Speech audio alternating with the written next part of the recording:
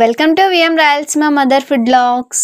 మన ఛానల్ ని ఆదరించే ప్రతి ఒక్కరికి నా హృదయపూర్వక నమస్కారాలు. ఈ రోజు మనం చేసుకోబోయే recipe exact street food style gobi fried rice.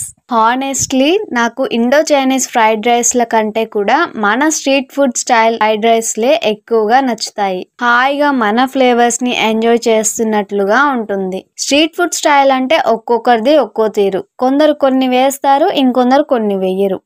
ఇది మన తీరు. ఈ రెసిపీని మీరు జాగ్రత్తగా ఫాలో అయితే పర్ఫెక్ట్ క్రిస్పీ కాలీఫ్లవర్ ఎలా వస్తుందో టిప్స్ తెలుస్తాయి. మిగిలిన ఫ్రైడ్ రైస్ టాసింగ్ మనందరికీ తెలిసిందే. చాలా సింపుల్ రెసిపీ, చాలా సింపుల్ గా ఉంటుంది. వీడియోని చివరి వరకు మిస్ అవ్వకుండా చూసి మీరు కూడా ట్రై చేయండి. చాలా టేస్టీగా ఎంజాయ్ చేస్తారు. ఈ రెసిపీకి ముందుగా మేము ఒక గ్లాస్ రైస్ ని శుభ్రంగా కడిగి ఉడికించి ఉంచాము. అలాగే మరో గిన్నెలో కొన్ని వాటర్, కొద్దిగా పసుపు, ఉప్పు వేసి మరిగించుకోవాలి.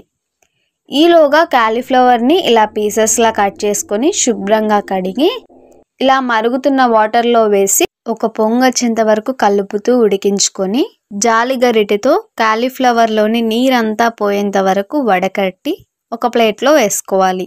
ఇంకా డీప్ ఫ్రైకి సరిపడా ఆయిల్ పెట్టి వేడెక్కాక ఉడికించుకున్న కాలీఫ్లవర్ని వేసి డీప్ ఫ్రై చేసుకోవాలి. వీటిని కాసేపు కదపకుండా అలాగే ఉంచి ఆ తర్వాత గరిటెతో రెండు వైపులా తిప్పుకుంటూ చెమ్మంతా పోయి క్రిస్పీగా అయ్యేంత వరకు డీప్ ఫ్రై చేసుకోవాలి.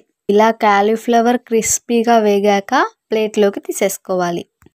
ఇంకా ఫ్రైడ్ రైస్ టాసింగ్ కోసం ప్యాన్లో కొద్దిగా ఆయిల్ వేసి వేడెక్కాక అందులోనే సన్నగా తరిగిన వెల్లుల్లి, ఒక క్యాప్సికమ్ తరుగు, ఒక టమాటో తరుగు వేసి కాస్త వేగాక దాంట్లోనే 1 టేబుల్ స్పూన్ చిల్లీ ఫ్లేక్స్, రౌండ్గా కట్ చేసుకున్న ఉల్లిపాయలు వేసి వీటన్నిటిని బాగా వేయించుకోవాలి.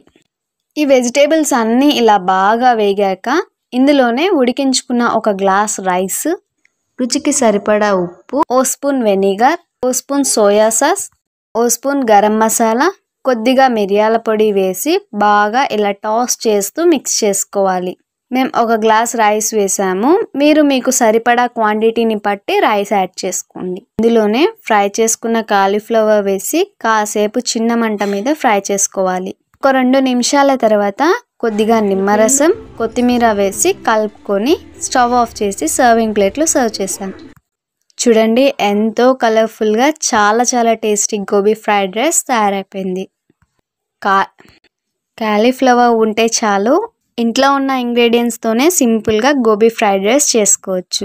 ఈ ఫ్రైడ్ రైస్ చేసే టెక్నిక్స్ మీరు కనుక తెలుసుకుంటే the best street food style gobi fried రైస్ని మీరు కూడా ఇలాగే సింపుల్గా చేసేస్తారు. ఈవెన్ బ్యాచులర్స్ కూడా ఈజీగా చేసుకునే తీరులో చేసి చూపించాము. సో మన రెసిపీని ఫాలో అవుతూ మీరు కూడా మేము చేసిన విధంగా ట్రై చేయండి. సూపర్గా ఉంటుంది. ఖచ్చితంగా ట్రై చేయాల్సిన రెసిపీ అండి. ఒకసారి మీరు ట్రై చేశాక మీకు ఏమైనా డౌట్ ఉంటే కామెంట్ పెట్టండి, ఖచ్చితంగా రిప్లై ఇస్తాము. కొత్తగా మన ఛానల్ని చూసే వాళ్ళైతే సబ్స్క్రైబ్ చేసి పక్కనే ఉన్న బెల్ సింబల్ని క్లిక్ చేయండి. మేము పెట్టే ప్రతి వీడియో మీకు నోటిఫికేషన్ రూపంలో వస్తుంది. అలాగే మీకు తెలిసిన వారికి షేర్ చేయండి. మీరు ఇచ్చే లైక్స్, షేర్స్, వ్యూసే మాకు సపోర్ట్. ఈ రెసిపీని చివరి వరకు చూసిన వాళ్ళందరికీ నా హృదయపూర్వక ధన్యవాదాలు. మరో మంచి రెసిపీలో కలుద్దాం.